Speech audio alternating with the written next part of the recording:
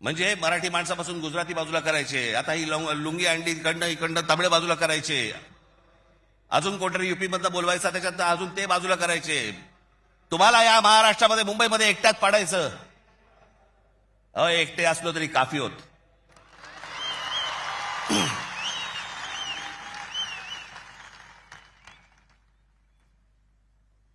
नको त्या वादात जाऊ नका. आमच्या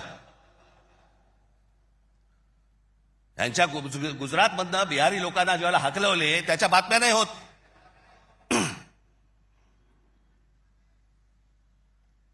ज्याने बिहारी लोकांना तिकडनं हाकलवले, जवळपास 10 का 20 हजार लोकांना हाकलून दिले बिहारमधनं, भारतीय जनता पक्षाने त्याला तिकीट दिलं, निवडणुकीचं तिकीट दिलं. आणि हे वाद फक्त तुमच्यासाठी आमच्यासाठी इथे फक्त करून ठेवतायत.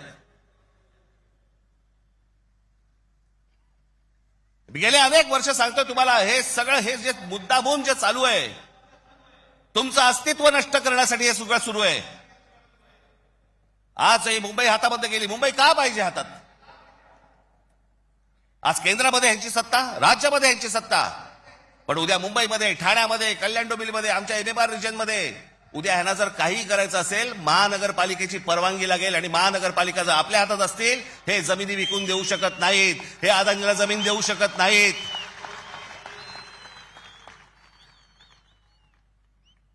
ही गोष्ट ते करूच शकत नाहीत.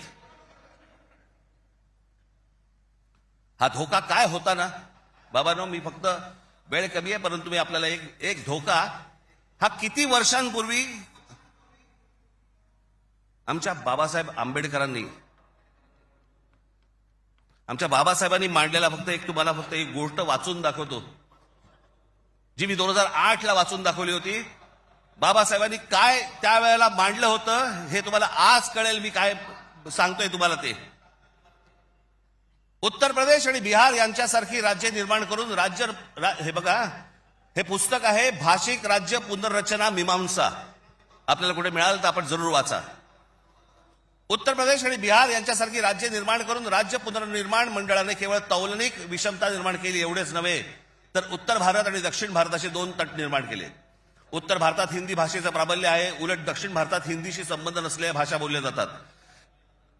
मला खरं तर आपल्याला सांगायचंय की युपीच्या आणि बिहारच्या लोकांनी पहिल्यांदा नीट समजून घ्या, बाबांनो, हिंदी ही तुमची पण भाषा नाही.